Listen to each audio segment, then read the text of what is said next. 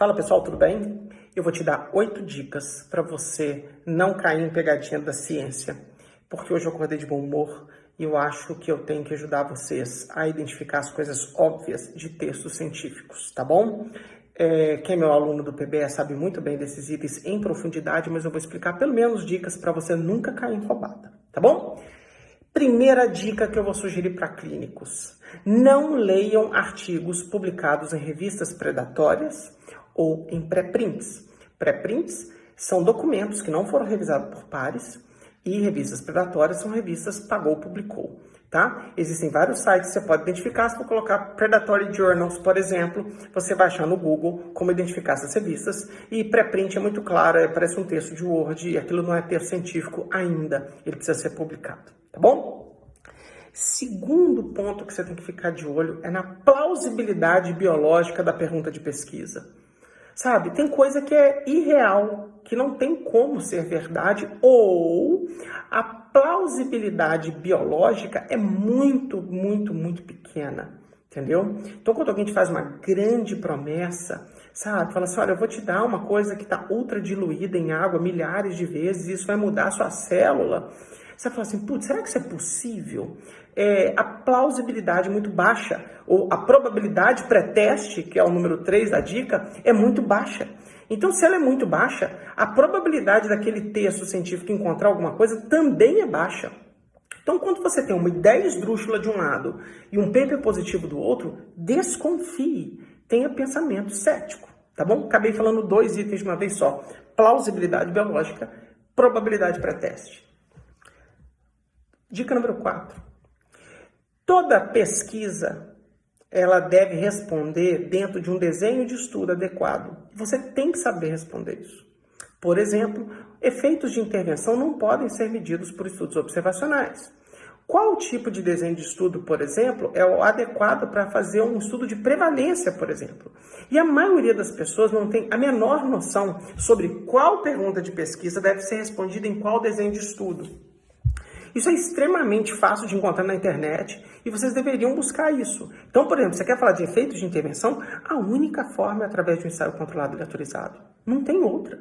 Por outro lado, a única forma de ver a relação médico-paciente ou terapeuta-paciente é através de estudos qualitativos.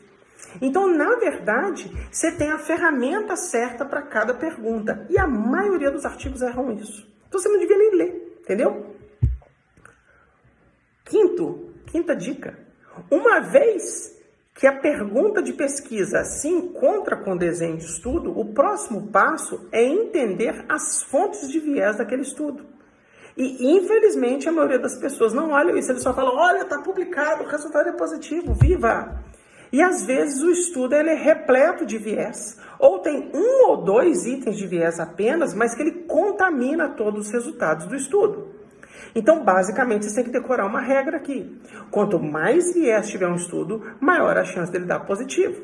Quanto menos viés tiver o estudo, mais próximo esse estudo estará perto da verdade. Tá bom? Dica número 6. Porque às vezes você tem uma coisa que é plausível, o desenho de estudo está certo, o risco de viés é baixo, mas o estudo é pequeno. Então, estudos, gente, com menos de 30, 40 sujeitos por grupo, via de regra, são pequenos. E você pode cair numa série de problemas na hora de ler estudos pequenos. Existe exceção, Léo? Claro que sim.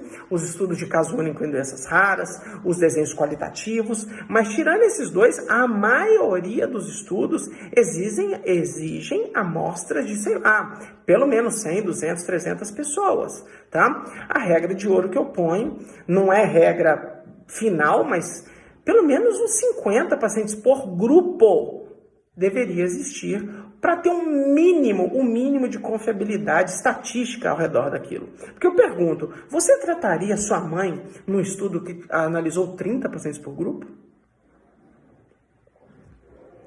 7ª dica: às vezes o estudo é positivo. Às vezes o estudo ele tem boa pergunta, tem bom desenho, é positivo, tem um bom tamanho amostral, mas o tamanho do efeito é pequenininho. Então, às vezes, por exemplo, você tomaria um medicamento que é 12% melhor do que um placebo, por exemplo? Se eu tomar uma comprimido de farinha, eu melhoro 10 pontos. Se eu tomar um remédio, eu melhoro 22 pontos.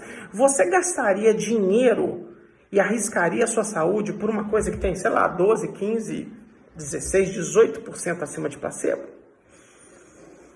Aí você tem que analisar o custo e tudo. Por exemplo, opioides para dor crônica são 12% acima de placebo. E todo mundo toma. E depois o pessoal achou que as vacinas com efeito de 50% era pouco. Mas eles tomam remédio o tempo todo de 12, 13, 15, 16% e é caro e tem evento adverso. Dica de ouro. O tamanho de efeito considerado clinicamente relevante de no mínimo 20% acima de efeitos placebo. Tá bom?